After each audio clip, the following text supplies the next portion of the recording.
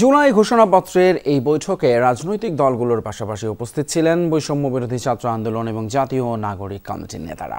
তারা জানান, সব দলের পক্ষ থেকেই কিছু পর্যবেক্ষণ দেওয়া হয়েছে। বর্তমান সার্বভৌমত্ব রক্ষায় ঐক্যের প্রয়োজন বলেও মন্তব্য করেন তারা। ওয়ালটন টেলিভিশন মাত্র 25,490 টাকায় পাচ্ছেন গুগল টিভি। কথা ছিল 15 জানুয়ারি ঘোষণা হবে জুলাই ঘোষণাপত্র, কিন্তু নানা কারণে সম্ভব হয়নি তা।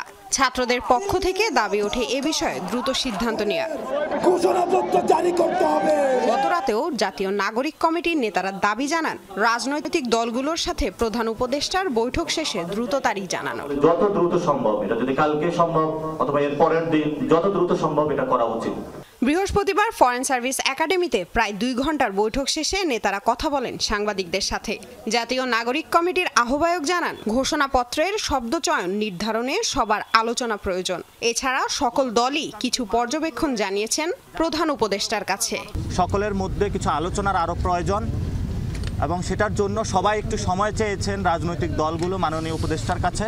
সময় ক্ষেপণের যে বিষয়টা সেটা তো লক্ষ্য রাখতে বলেছেন, যাতে এটাতে কাল বিলম্ব না হয়, আবারই খুব দ্রুত গতিত না হয়। বৈষম্য বিরোধী ছাত্র আন্দোলন এবং জাতীয় নাগরিক কমিটি আমরা সেই 31 তারিখের আগ থেকে ধৈর্য ধারণ করে যাচ্ছি এবং এখনও ধৈর্য ধারণ করছি।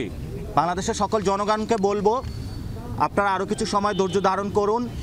বাংলাদেশ যদি গণতান্ত্রিক কোনো উপায়ে উত্তরণের পথে যেতে হয়, এই ঐতিহাসিক দলিল ছাড়া এটা সম্ভব নয়। এ সময় 15 জানুয়ারির মধ্যে ঘোষণাপত্র চূড়ান্ত না হয় হতাশ জানান বৈষম্য বিরোধী ছাত্র আন্দোলনের সদস্য সচিব। বলেন, সরকারের পক্ষে এ ব্যাপারে তড়িৎ পদক্ষেপ দেখা যায়নি। প্রাণবন্ত আলোচনা হয়েছে, আমরা ঐক্যমত্যে পৌঁছাতে পেরেছি।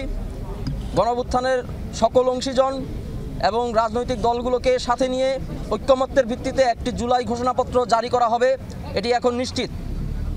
পরবর্তী ধাপে আমরা আলোচনা করব এই জুলাই ঘোষণাপত্রে কি কি থাকতে পারে এবং কি ধরনের বক্তব্য থাকলে সেটি জুলাইয়ে রাজপথে নেমে আসা ছাত্র জনতার আকাঙ্ক্ষাকে যথাযথভাবে প্রতিফলিত করবে। দেরিতে হলেও ঐক্যমতের ভিত্তিতেই এবার ঘোষণাপত্র জারি করা হবে বলেও আশা করেন নেতারা। রাষ্ট্র হিসেবে লামিয়া তিথি, যমুনা নিউজ, ঢাকা।